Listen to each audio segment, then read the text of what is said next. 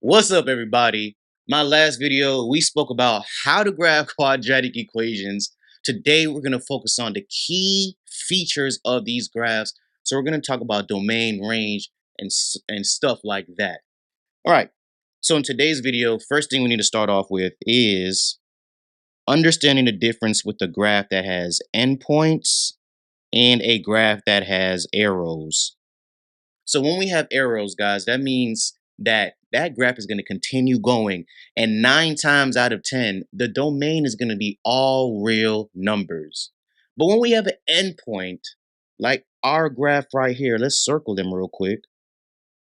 That means that graph is going to stop at that endpoint. So the domain is going to be limited to a certain range of numbers. All right.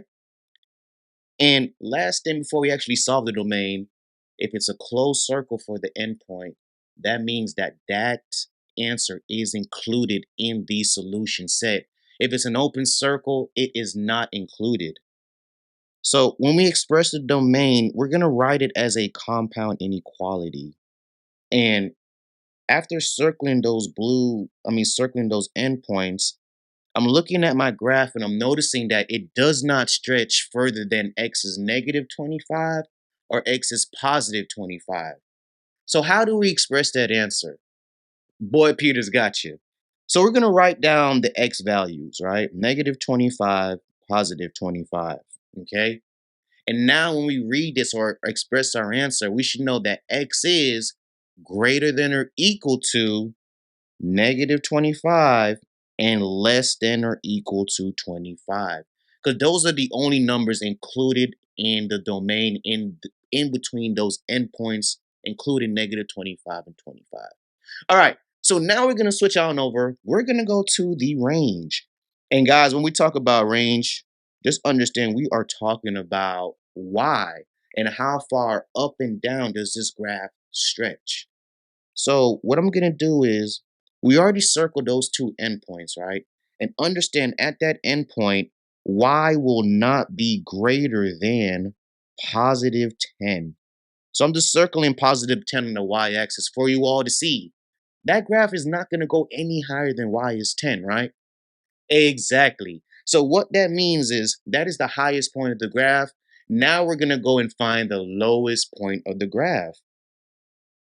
And once we do that, we know that our graph is not going to go under the point of negative 15 on the y-axis. So now I know what two numbers we're talking about for the range. Now let's see if we could come up with an answer. And we're just going to switch colors so it sticks out a little bit. All right, so we're talking about y.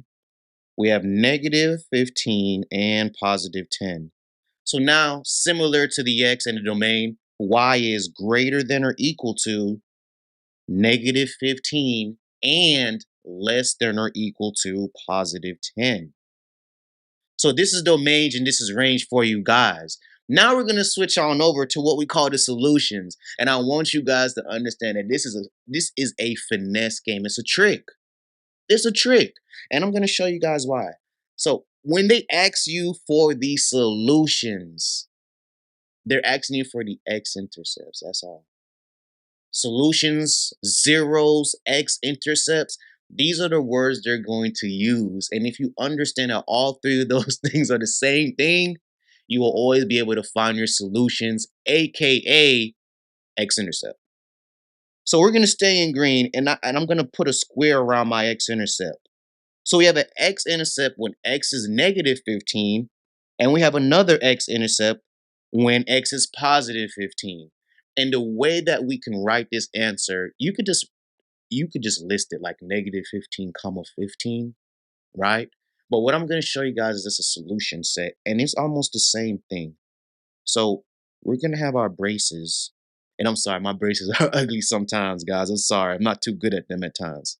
So we have negative 15 comma 15, and what we're saying is that the solution set includes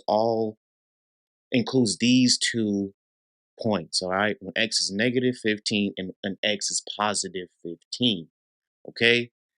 All right, so now we figure out what the solutions are. We know those are just the x-intercepts. Now we're going to talk about the vertex. And understand that the vertex is what cuts the graph in half.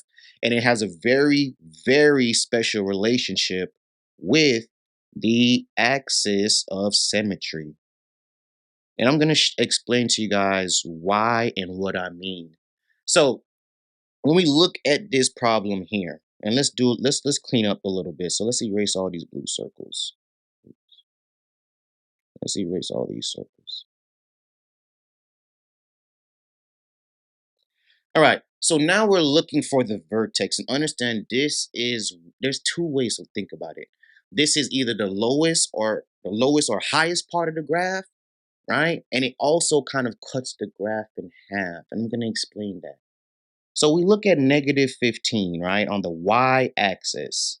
And at negative 15, this is the vertex. So our vertex, right, and I'm just going to come up here to the top, is going to be 0, negative 15, right? That's where that graph is split in half when x is 0. We could fold the graph over and it will be symmetrical. So what does that mean now for the axis of symmetry? Understand that the x from the vertex represents your axis of symmetry. And it's a trick question. So that's why I said it like that, guys. So vertex, right? That X for your vertex is also represents the axis of symmetry. If you can remember that, you guys are gonna be in very good shape. All right. So now we're gonna get to the bread and butter of this, guys. We're talking about intervals of increasing and decreasing on a graph.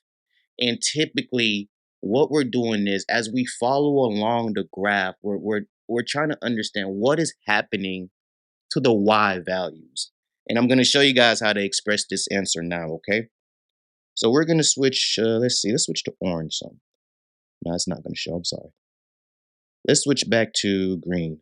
So what happens here, guys, we're saying to ourselves, when we're following this graph from when x is negative 25, and we're going to the vertex, to the lowest point or the highest point of the graph, what is happening to our y values?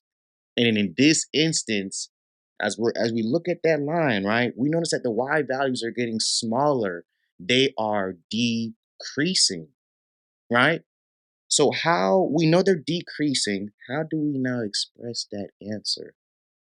Your boy Peter's got you. So we're gonna do it as an inequality, right? So we know that the graph is decreasing when x is less than 0. So for any x value that is less than 0, right? Or should I say, yeah, when it's less than 0, that means it's decreasing. The y values are decreasing. And then when we're saying, hey, when are the y values increasing? The y values are only going to increase. They're only going to get bigger when x is greater than 0. Because at the vertex, right, at 0, 15, there is no change. But when we start following that line back up, now we're saying to ourselves, okay, when x is greater than 0, our y's are going to consistently increase and get bigger. So hopefully you guys found this video review helpful today on the key features of graphs for quadratics.